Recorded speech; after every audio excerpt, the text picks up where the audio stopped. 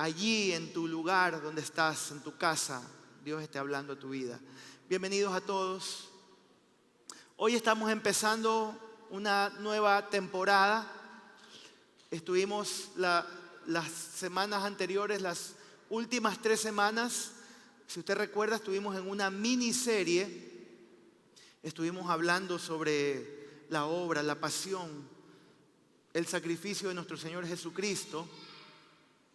Pero para darle continuidad a esta historia, estamos pasando ahora de los evangelios, o estamos todavía en los evangelios, pero estamos pasando a la obra que el Señor Jesucristo hizo cuando se fue al cielo. ¿Y quién vino después del Señor? ¿A quién dejó el Señor? Al Espíritu Santo. Por las próximas 7 semanas, hasta el domingo de Pentecostés, vamos a estar hablando sobre la persona y la obra del Espíritu Santo. Hay 2 tipos de personas en la vida cristiana. Hay las personas que hablan mucho sobre el Espíritu Santo y hay el tipo de personas que habla muy poco sobre el Espíritu Santo. Y por esa razón he sentido la inquietud, el anhelo, el deseo de durante las próximas semanas aprender un poco más sobre la tercera persona de la divinidad, el Espíritu Santo, que es Dios, ¿no? Entonces yo le pido que no se pierda durante las próximas 7 semanas hasta el día de Pentecostés, domingo de Pentecostés, que es en junio, esta serie muy interesante que yo estoy seguro que Dios va a hablar a tu vida, que Dios te va a mostrar realmente quién es esa persona que ahora vive dentro de ti. O sea, imagínate que esa persona vive dentro de ti y a veces no sabemos quién es. Pues eso va a cambiar durante las próximas 7 semanas. Porque vamos a aprender, nos vamos a instruir y vamos a aplicar la obra del Espíritu Santo en nuestras vidas. ¿Cuántos dicen amén? ¿Cuántos van a participar de estas 7 semanas? Amén. Primero Dios, ¿no? Vamos a estar aquí compartiendo, ¿no? Hoy quiero empezar con un texto bíblico que es una enseñanza que el Señor les da a sus discípulos. Ellos estaban en un lugar llamado el aposento alto y estuvieron varias horas y varios capítulos, más o menos desde el capítulo 13 de Juan hasta el capítulo 16, 17, el Señor les da varias enseñanzas, ellos a puerta cerrada, enseñándoles muchas cosas después de lo que Él iba a pasar por el sacrificio, la muerte, la resurrección e iba a ascender al cielo. Los estaba instruyendo, les estaba enseñando qué venía, ¿no? Y esta enseñanza, esta es una de las varias enseñanzas que podríamos llamarles las enseñanzas del aposento alto. No, en algún momento tendremos una serie sobre las enseñanzas en el aposento alto, pero hoy solamente voy a tomar esta porción para hablar sobre la obra del Espíritu Santo en nuestras vidas, ¿no? Si usted quiere ponerle un título esta mañana, obviamente para empezar, quiero empezar con este título: la obra del Espíritu Santo en ti, ¿no? Entonces dice la palabra en Juan 16, abre tu Biblia, lo vamos a tener igual en pantalla, pero creo que te puede servir leer otra versión. Juan 16 del 4 al 11 dice la palabra: sin embargo, no les dije esto al principio porque yo estaba con ustedes. Perdón, tengo como un eco, si me ayudas, Jonathan. Se escucha como un eco, como un feedback, me parece, ¿no? Me parece, ¿no? Vuelvo a repetirlo. Sin embargo, no les dije esto al principio porque yo estaba con ustedes. Pero ahora voy al que me envió. Y ninguno de ustedes me pregunta: ¿a dónde vas? Más bien, porque les he dicho esto, su corazón se ha llenado de tristeza. Versículo 7. Pero yo les digo la verdad, les conviene que yo me vaya, porque si no me voy, el Consolador, el Espíritu Santo, el Espíritu de Dios, no vendrá a ustedes. Y si yo voy, se lo enviaré. Cuando Él venga, convencerá al mundo de pecado, de justicia y de juicio. Versículo 9.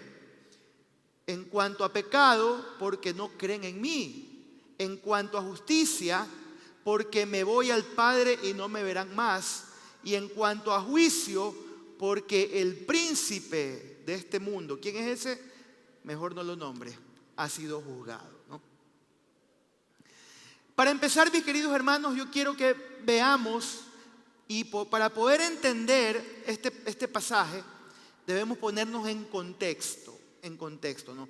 Yo ya les dije que el Señor y sus discípulos estaban reunidos a puerta cerrada en el aposento alto, como cuando yo tengo mis reuniones con mi equipo de discipulado, mi equipo ministerial, yo me reúno con ellos a puerta cerrada.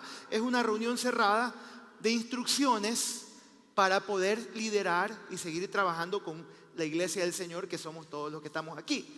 Exactamente era lo que estaba haciendo el Señor. Estaba a puerta cerrada con sus discípulos en el aposento alto.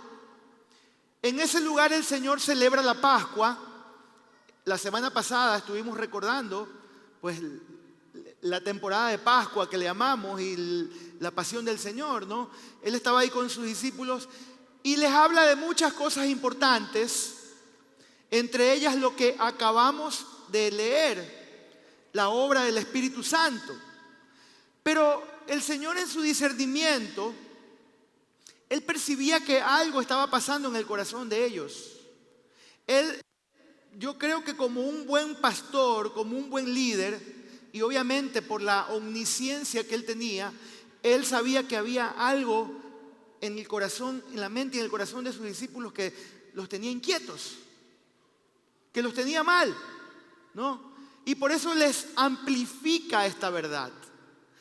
Les trata de explicar de manera más detallada lo que a ellos los estaba agobiando, ¿no?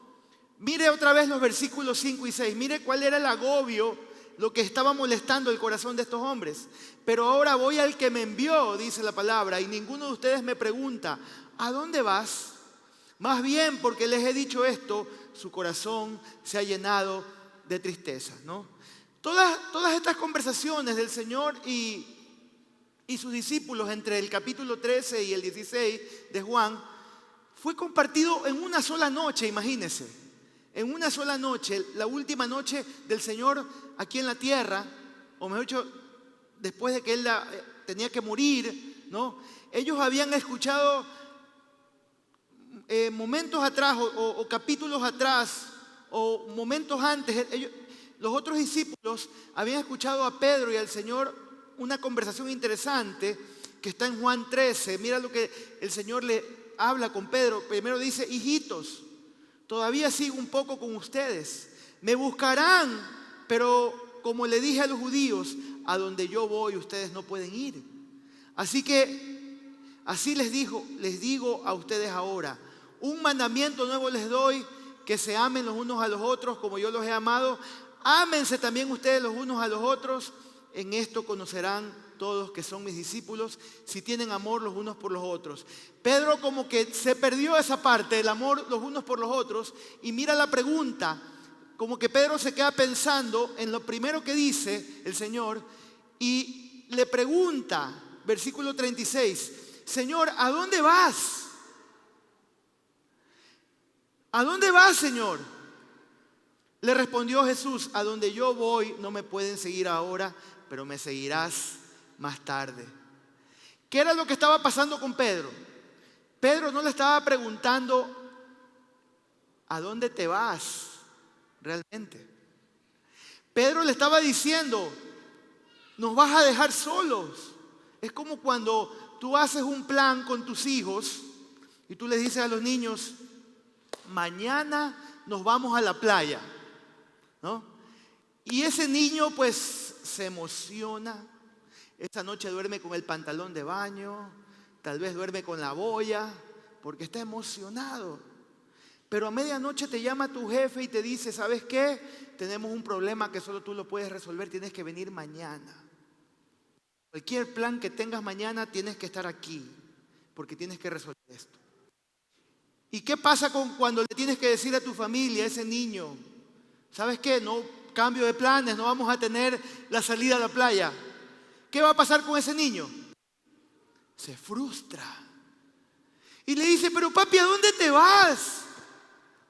Él no le está preguntando, es obvio, se va al trabajo. Lo que le está diciendo es, ¿por qué me cambias los planes, papá? ¿Por qué cambias esto que ya habíamos decidido? Y eso era lo que estaba pasando no solamente con Pedro en ese momento, sino con todos, ¿no? Y de hecho, esto les estaba agobiando a todos, porque vemos también a Tomás, uno de los discípulos, que más adelante saca a colación el mismo asunto, Juan 14, del 4 al 6, que le dice, el Señor les está diciendo, y saben a dónde voy, y saben el camino. Y dijo Tomás, Señor, no sabemos a dónde vas. ¿Cómo podemos saber el camino? Y de ahí sale el famoso texto que lo decimos muchas veces. Jesús les dijo, yo soy el camino, la verdad y la vida. Nadie viene al Padre sino por mí. El anuncio de la inminente partida del Señor tenía impactados profundamente el corazón de sus discípulos. Estaban tristes, de tal manera que ellos no podían pensar en otras cosas. En ese momento tal vez el Señor les habló de muchas cosas, pero ellos, el Señor se va. Y el Señor estaba hablando del amor, estaba hablando del Espíritu, pero el Señor se va. Estaban agobiados porque les había dicho, me voy, ¿no? Ellos estaban tristes por lo que el Señor les estaba diciendo, me tengo que irme, pero al mismo tiempo su actitud, la actitud de ellos, no es que estaban tristes porque, ay, pienso en el Señor, qué pena, mi Dios, mi Señor, no. Ellos tenían una actitud egoísta, egocéntrica, porque estaban pensando en ellos mismos. Estaban pensando en ellos y no en el plan perfecto que el Señor estaba ideando al irse, ¿no? Ya Cristo les había dicho en Juan 14, 28, si me amaran, se gozarían de que voy al Padre. Si ustedes me amaran, realmente se gozarían de que voy al Padre. Pero ellos no estaban experimentando ningún gozo. Estaban tristes, estaban impactados, ¿no? De manera negativa en ese momento. Ellos estaban perplejos, tristes. Nos vas a dejar. Y esta es una gran lección, hermanos, para todos nosotros, los que somos hijos de Dios, los que somos cristianos. Porque muchas veces estamos tan centrados en nuestro propio mundo. Muchas veces solo pensamos en nosotros, en los beneficios de ser cristianos, en los beneficios de la obra de Cristo, solo en mi vida. Pero no ponemos atención a lo que Él dice y perdemos de vista el impacto global y el avance del Evangelio. Muchas veces solo pensamos en primer lugar, como mi propia persona, como mi propia familia. ¿Qué beneficio yo saco de estar aquí en la iglesia? O como centro cristiano, solo pensamos en nosotros como iglesia. Y no pensamos como lo que el Señor quiere hacer con la iglesia de Cristo en todo Manta, por ejemplo. Tenemos esa actitud egoísta, egocéntrica, y perdemos de vista el impacto del avance del Evangelio. Es muy fácil decir que nuestra vida gira en torno a Cristo. Sí, mi vida gira en torno a Cristo. Yo siempre pongo a Cristo en primer lugar y no a mí. Y gritamos y lo decimos, Señor, venga tu reino, hágase tu voluntad. Pero lo que realmente hay en mi corazón es que venga mi reino, que se haga mi voluntad. Y es que nuestro yo es como un imán poderoso. Es como que siempre nos está trayendo, ¿no?, fuera de Jesús para que vivamos conforme a nuestros deseos. Siempre como que nos está alando a vivir conforme a nuestra voluntad, a nuestros deseos, ¿no? Y eso era lo que estaba pasando con los discípulos del Señor. Era lo que estaba pasando con ellos, ¿no? Y hasta caemos en evaluar la iglesia en función de nuestra necesidad, ¿no? ¿Me gustó la alabanza? Check. ¿Me gustó la prédica? Check. Si no, voy a escuchar a otro predicador porque este no me gustó. Sí. Muchas veces hacemos eso. Si las actividades que tiene la iglesia son de mi agrado, qué bien, entonces sí me quedo aquí. Yo, ¿no? Y no en función del reino de Dios y del Evangelio. Pero el Señor pero damos gracias a Dios, hermanos, que el Señor no nos da lo que queremos. El Señor realmente nos da lo que necesitamos. Y como pastor, ese es tengo que tener ese discernimiento de entregarle a la casa del Señor, a la iglesia del Señor, lo que necesita, no sus deseos. Siempre escucho, pero pastor, ¿por qué no hacemos esto? Y pastor, ¿por qué no hacemos lo de acá? Ahí la gente se va a sentir más feliz. ¿Qué? No se trata de eso. No se trata de nosotros. Se trata de Él, mis hermanos. De Él. Que la gloria sea siempre para Él. Amén. Y qué bueno que me dicen amén, porque sé que están entonces de acuerdo con lo que estoy diciendo. ¿Qué querían los discípulos en ese momento, mis hermanos? ¿Qué es lo que ellos anhelaban? Que Jesús no se fuera. Eso era lo que ellos querían, que el Señor no se fuera. Pero era beneficioso para ellos que el Señor se fuera, mis hermanos. Miren lo que dice el versículo 7. Pero yo les digo la verdad, les conviene que yo me vaya. Porque si no me voy, el Consolador no vendrá a ustedes. Y si yo voy, se los enviaré. Era necesario para ellos que el Señor concluyera su obra de redención, que muriera en la cruz, que resucitara el tercer día, que ascendiera a los cielos, que se sentara a la diestra del Padre para que el Espíritu Santo venga a continuar su obra perfecta en la vida del creyente y en la vida de todo el mundo. Era necesario que el Espíritu Santo venga para que continúe su obra en el corazón de cada hombre y de cada mujer. Era necesario, hermanos.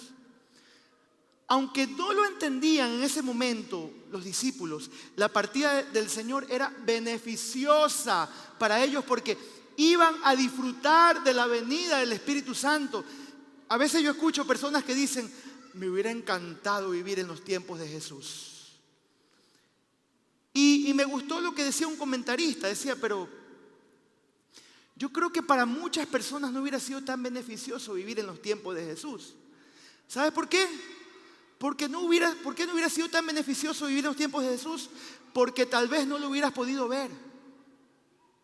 Hubieras tenido que viajar mucho para verlo y cuando llegabas allá, Él estaba rodeado de multitudes y no hubieras tenido un encuentro personal con Él.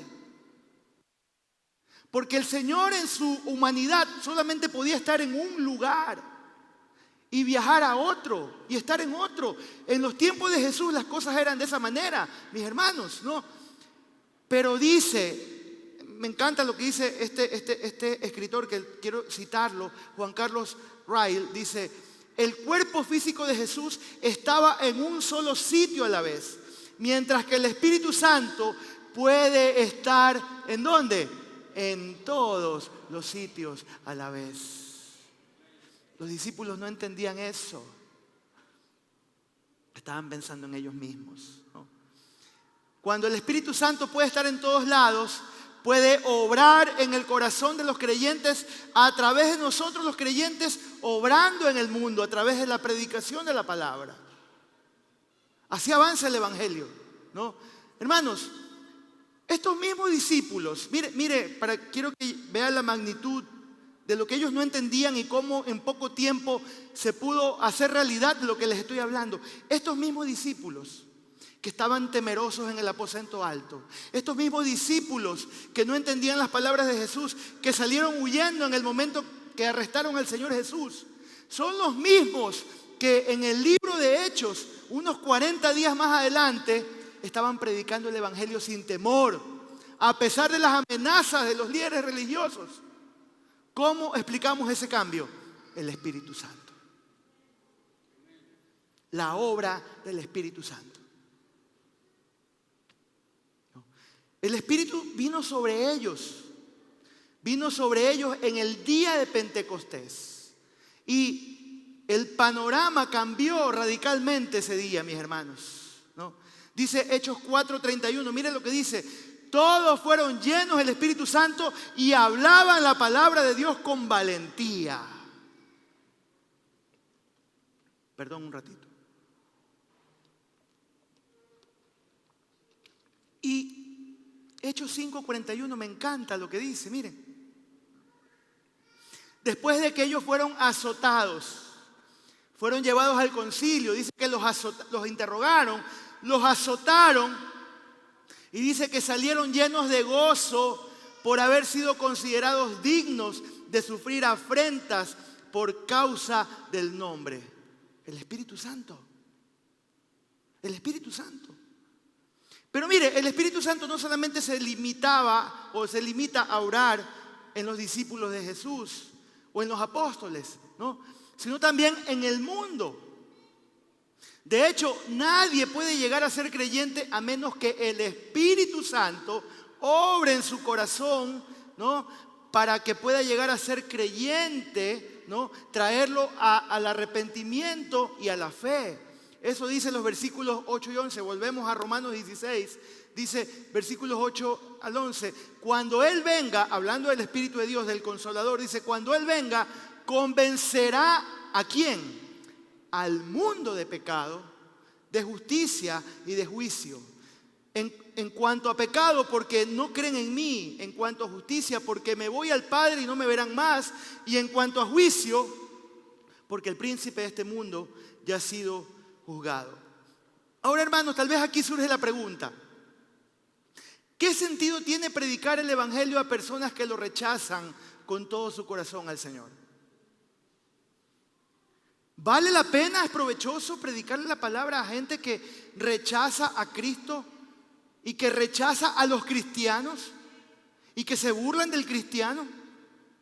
Pues déjeme decirle que sí, ¿no? La respuesta es: Jesús es quien envía. La respuesta de Jesús es que el Espíritu Santo es enviado al mundo, ¿no? Para convencerlo. La palabra convencer significa exponer, acusar, dejar sin argumentos, convencer de culpabilidad. En otras palabras, el Espíritu Santo se encargará de que muchos que ahora pertenecen al mundo, que están sujetos al dominio de Satanás, ¿qué pasa? Puedan ver su culpa, puedan ver su vergüenza, de modo que puedan venir a Cristo arrepentidos y creyendo. Eso hace la obra del Espíritu Santo en la vida del creyente y en la vida del no creyente, de hecho. Pregúntate, recuerda cómo tú viniste a Cristo. ¿Tú viniste santo a Cristo?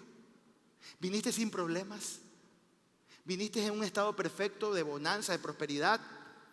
¿Viniste con tu corazón lindo, amado por tu esposa o amado por tu novia o amado por tu... No, llegaste aquí con un corazón roto o donde hayas llegado.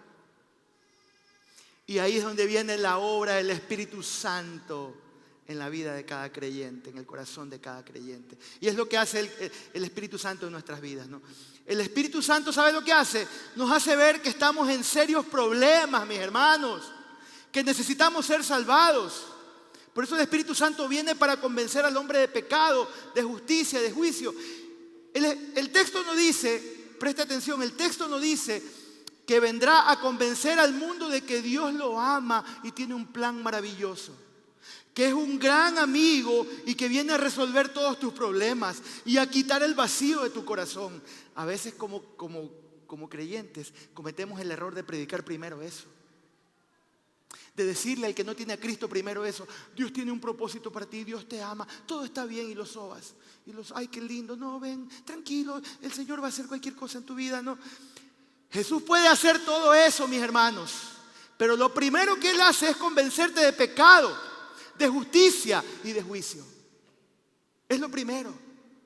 Ahora, ¿qué significa esto? Convencernos de pecado, de justicia y de juicio. Número uno, de pecado. De modo que cada persona pueda creer en Jesús. ¿Por qué dice de pecado? Dice, porque no creen en mí. Porque no creen en mí. En otras palabras, el mundo debe reconocer primero su propio pecado para que pueda creer en Cristo, mis hermanos. Tienes que reconocer tu pecado. Nadie va a confiar en Cristo a menos que se vea a sí mismo como un pecador culpable, condenado, sin ninguna respuesta, sin ninguna salida. Ves para todos lados y estés cerrado todos los caminos, las opciones. Allí es en el momento cuando puedes creer en Cristo. Es la única manera, mis hermanos. El Espíritu Santo convence al mundo a través de la predicación del Evangelio de que somos pecadores. ¿Tú recuerdas el sermón de Pedro el día de Pentecostés? Que él les habla. Imagínate ese hombre lleno del Espíritu Santo que primero no quería que se vaya Jesús y después lleno del Espíritu Santo le habla a más de 3,000 personas, ¿no? ¿Qué pasa? Dice la palabra que los judíos estaban compungidos de corazón, estaban tan mal, se sentían tan mal y dijeron: varones, hermanos, ¿qué haremos? A través de la predicación de Pedro, el Espíritu Santo estaba convenciendo al mundo de pecado. Es como funciona. Ahora la gente, ¿quieres aceptar a Cristo? Como masticando chicle. Ay, sí. ¿Qué es eso?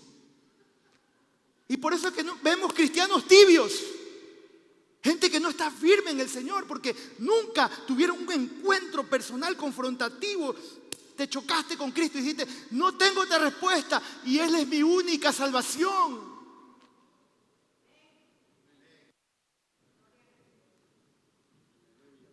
Y es bueno que tú, creyente, que vienes a esta iglesia, tienes tal vez años aquí, puedas hacer una autoevaluación. ¿Realmente yo entiendo esto en mi vida? Y tú, no creyente que llegaste aquí, necesitas estar pero así cercado, sin ninguna respuesta. ¿Hacia dónde corro? La única respuesta es el Espíritu de Dios hablándome que necesito el perdón y la sangre de Jesucristo en mi vida. La única manera. La única manera. Número 2, de justicia. ¿Qué tiene que ver esto de justicia? ¿De qué me habla, no? Que debo ser dice la palabra de Dios que debo ser convencido de justicia, ¿no?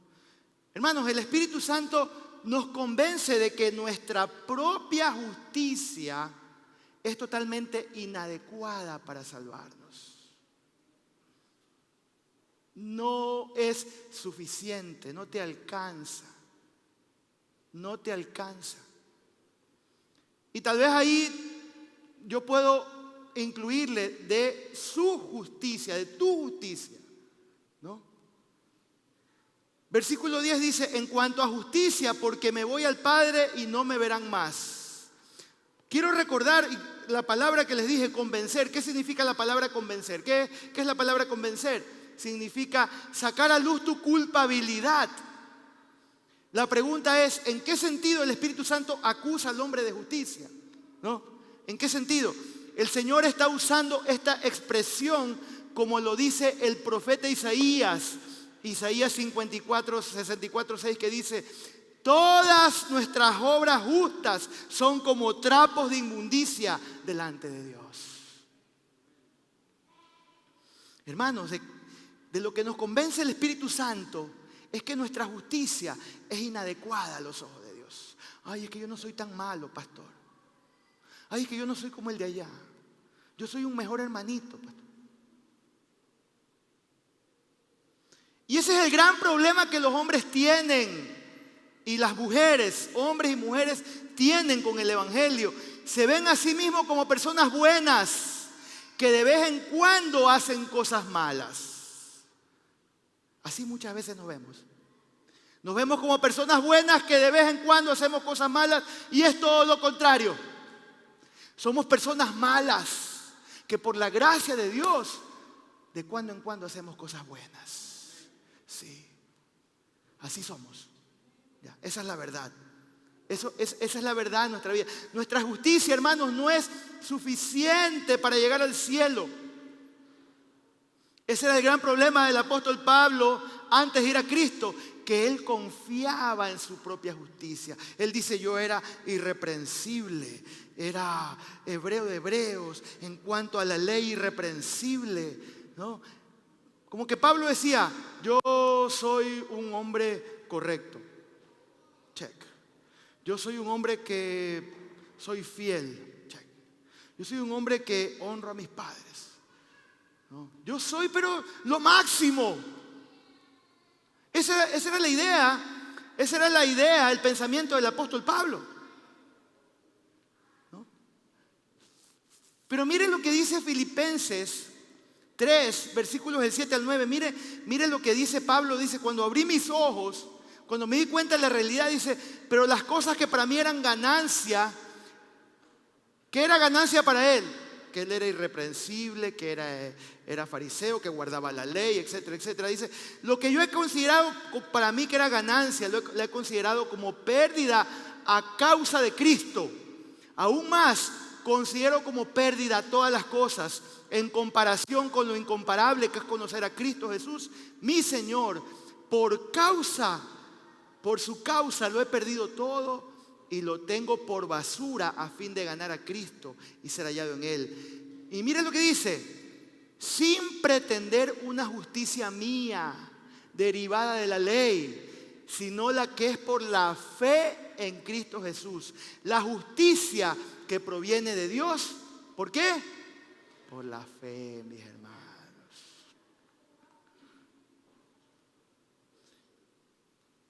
¿Qué más respuesta necesitamos para entender esta verdad? Es una justicia que es de Dios y que Él la da. Mire, cuando el pecador deposita su fe en Cristo, y quien convence al humano de que su justicia son trapos de inmundicia delante de Dios es el Espíritu Santo, ¿no? Porque Jesús dice, porque me voy al Padre y no me verán más, ya no estaré más aquí para seguir haciendo esa obra. Pero el Espíritu Santo, dice, va a continuar haciéndola de manera global y simultánea. Global porque va a operar en todo el mundo. En Filipinas, en Argentina, en Uruguay, en los Estados Unidos, en esas islas remotas y aquí también en Manta, Ecuador. Y de manera simultánea, o sea que al mismo tiempo lo que el Señor está haciendo aquí, tratando, hablando, ministrando, hablando a través de la palabra, lo está haciendo en otras partes del mundo, en otros horarios, en otros usos horarios, pero eso está pasando en todo el mundo. Así funciona la iglesia de Cristo. La iglesia de Cristo avanza por el poder del Espíritu Santo, mis hermanos. Esa es la obra del Señor, ¿no? El mundo necesita, hermanos, saber que la buena noticia del Evangelio comienza con una mala noticia. Sí, somos pecadores culpables y nuestras buenas obras no son suficientes para resolver el problema. Esa es la mala noticia, ¿no? Pero realmente es una buena noticia porque Cristo nos ama, nos ha perdonado, nos ha sanado, nos ha limpiado, ha roto nuestras cadenas y ha sido por la obra del Espíritu Santo en nuestras vidas. El día que yo vine a Cristo, hermano, yo no estaba buscando al Señor, yo estaba tomándome una cerveza con unos amigos. Yo no andaba buscándolo. Señor, tienes que ver porque yo me porto bien. No es como Papá Noel, le trae regalos a los que se portan bien. No, mis hermanos. Cuando una persona deposita su fe en Cristo para salvación, la justicia perfecta de Cristo es puesta en tu cuenta, hermanos, por medio de la fe. Dios te ve como que si tú nunca hubieras roto un plato. Así te ve el Señor cuando tú depositas tu fe en Cristo. Y te trata de la misma manera como tratara a su Hijo Jesucristo. Sí, mis hermanos. Esa es la gracia de Dios y es por medio de la fe. Pero para que un pecador pueda experimentar ese perdón, esa justicia, esa gracia, tiene que experimentar un profundo cambio de mentalidad, ¿no? Y esto me lleva a lo siguiente. Volvamos a leer, vamos otra vez a Juan 16:9. Mire, dice, cuando Él venga, convencerá al mundo de pecado, de justicia y de juicio. Ya lo leímos. Pero ahora miren lo que dice el versículo 11. Y en cuanto a juicio, la tercera cosa, juicio, porque el príncipe de este mundo ha sido juzgado. ¿En qué sentido, mis hermanos? El Espíritu viene a convencer al mundo de juicio. Hacerle ver la culpabilidad de su juicio. Hacerle ver la vergüenza que debería tener por el juicio que han hecho. La clave, mis hermanos, parece estar en lo que sigue diciendo el texto. Y en cuanto a juicio, porque el príncipe de este mundo ha sido juzgado, ¿no? Hermanos queridos, le pregunto, ¿dónde fue juzgado el príncipe de este mundo? ¿Alguien lo dijo por ahí? En la cruz. El príncipe de este mundo, Satanás, fue juzgado en la cruz del Calvario. De hecho, cuando el Señor iba caminando hacia Jerusalén, ya hacia su muerte, la última semana de su vida, Él dice, Juan 12:31, ahora es el juicio de este mundo, ahora será echado fuera el príncipe de este mundo. Hermanos, lo que pareció una terrible derrota fue en realidad una victoria aplastante, ¿no?, contra el príncipe de este mundo. Cristo venció en debilidad, muriendo en la cruz, por nuestros pecados, por nuestra maldad. Por eso no es el juicio correcto que nosotros muchas veces tenemos. El hombre no tiene un juicio correcto de lo que pasó en la cruz. ¿Sabe qué piensa el mundo? ¿Sabe qué piensa el hombre? Y el hombre religioso y la mujer religiosa. La muerte de Cristo tiene un concepto equivocado de lo que realmente ocurrió allí, mis hermanos, ¿no? La muerte tiene un concepto equivocado, ¿no? Pero ahí es donde interviene el Espíritu Santo para darle convicción al pecador que su juicio sobre Jesús está totalmente equivocado. La persona sin Cristo piensa que Cristo fue derrotado en la cruz. Ay, pobrecito, ahí está.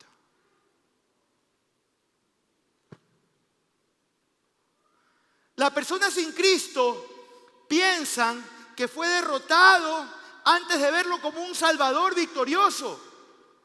Una vez alguien me preguntó, pastor, ¿por qué tienes una cruz aquí en medio? Porque este es el mensaje, el que nos recuerda la victoria de nuestro Señor Jesucristo, mis hermanos. Tú no ves ahí un hombre todo esquelético, traspasado, herido, sangriento. No, porque esto nomás es un mensaje que nos recuerda, a través de esa cruz venció nuestro Señor. Pero el mundo tiene otro concepto, su juicio equivocado, ¿no?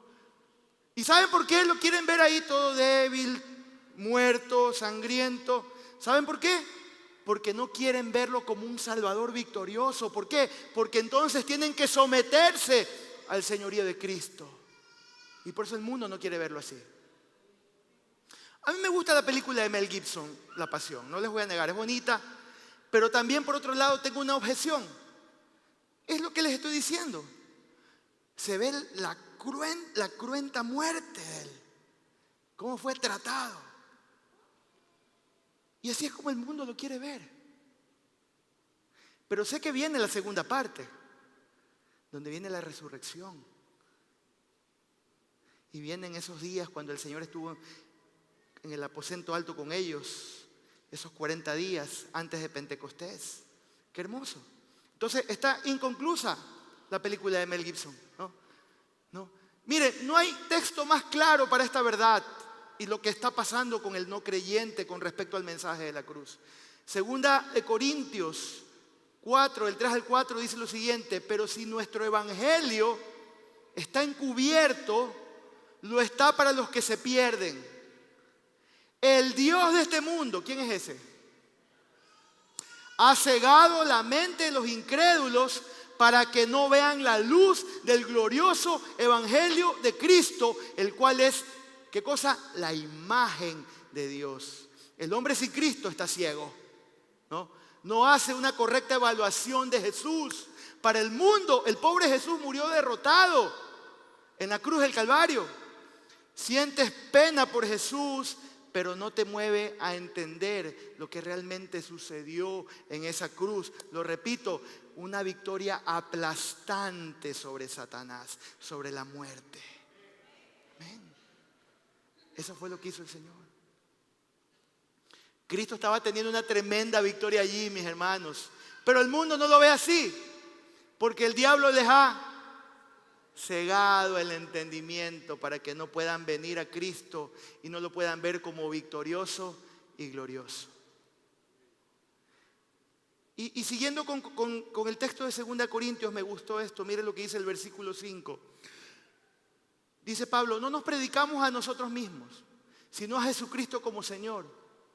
Nosotros no somos más que servidores de ustedes por causa de Jesús.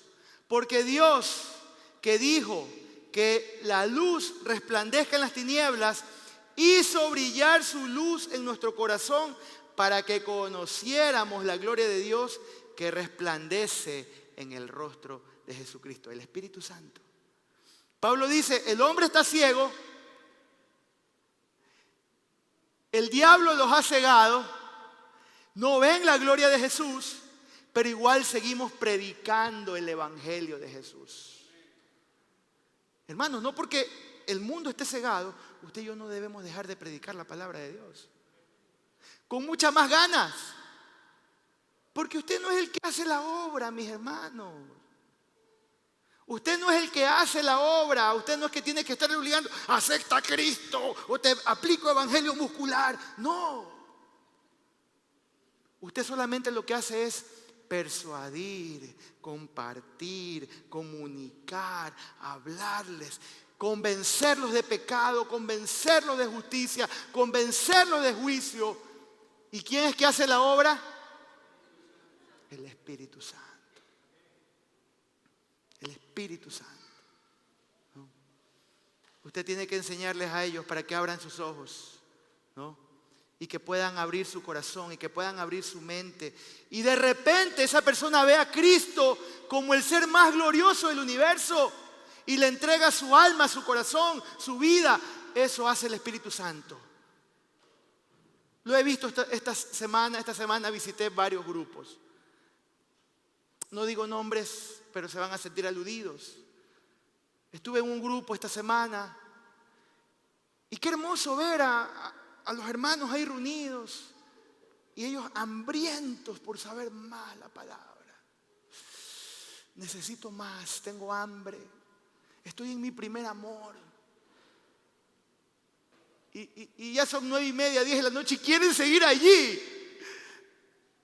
Porque el Espíritu Santo les abrió el entendimiento. Estuve en otro grupo. Se predicó la palabra, muy lindo. El líder lo hizo muy bien. Después seguimos conversando. Empezamos a orar por alguien. Y una de las personas, sin que nadie les diga: yo quiero reconciliarme con el Señor. ¿Quién está haciendo esa obra? ¿El pastor? ¿El líder? El Espíritu Santo está obrando activamente este día, en estos días, en este tiempo, en la iglesia del Señor y en este mundo, mis hermanos. Ahí tú puedes ver cómo el respaldo de Dios y cómo Dios sigue obrando y sigue obrando y sigue obrando. Y seguirá obrando, mis hermanos. Termino aquí, mis hermanos. Termino aquí. Cristiano, hijo de Dios, predica el Evangelio, porque no estás solo en esta tarea. Tu labor es simplemente ser el sembrador. Esparce la semilla. Mientras vas por la vida, predica el Evangelio. En tu trabajo, en tu casa, a tus hijos, a tu familia. Predica el Evangelio, comparte el Evangelio, por favor. Predica la palabra de Dios, no te avergüences del Evangelio. Tal vez tú dices: pero pastor, yo me siento inadecuado para hacerlo, pastor. Yo no sé qué decir, no sé cómo hacerlo, pastor, me siento inadecuado. Pues déjame darte una buena noticia. Eres inadecuado. Sí, eres inadecuado. Porque eres imperfecto. Pero el Señor se glorifica de esa imperfección en tu vida. Y te usa. Él es quien pone palabras en tu boca. Y el que obra a través de la palabra que tú sueltas es el Espíritu Santo. No eres tú. Tú no eres el Espíritu Santo ni eres Jesús. Lo único que tienes que hacer es predica la palabra, predica la palabra, predica la palabra, porque el Espíritu Santo está en ti para que otros puedan ser salvos. Haz tú lo que tienes que hacer y deja que el Espíritu Santo haga lo que Él tiene que hacer. ¿Sabes lo que hace el Espíritu Santo? Él da vida a los muertos espirituales. Él ablanda los corazones de piedra y da vista a los ciegos. Tú solo predica. Tú solamente predica y verás cómo el Señor va a hacer su obra. Y quiero terminar con algo más para los nuevos que están esta mañana en este lugar. Las personas que han llegado tal vez recién o se están reconciliando, quieren reconciliarse con el Señor. Quiero decirte lo siguiente. Debes convencerte de pecado, de justicia y de juicio. Si tú estás aquí y necesitas convencerte estas tres cosas de tu pecado, mi hermano, tu propia justicia, no puedes hacer nada con lo bueno, entre comillas, que eres. Eres malo, no hay justo ni un uno, dice la palabra. No hay nadie que pueda estar delante del Señor. Nada. Dice la Biblia, mas Dios muestra su amor por nosotros, en que siendo aún pecadores, Cristo murió por nosotros. Todos somos pecadores. No hay justo ni un uno. Dice la Biblia, la paga del pecado es muerte, pero el regalo de Dios es vida eterna en Cristo Jesús, Señor nuestro. Y deja de ver al Señor como un Cristo derrotado. Él venció, tuvo una victoria aplastante. Él es el Señor. Él es el Señor. Amén. Hoy es el día de salvación. Hoy es el día de que tú abras tus ojos. Hoy es el día de no resistirle. Hoy es el día de decirle, Señor, me rindo. Me rindo. Ponte de pie, por favor. Ponte de pie. Me rindo, Señor. Padre,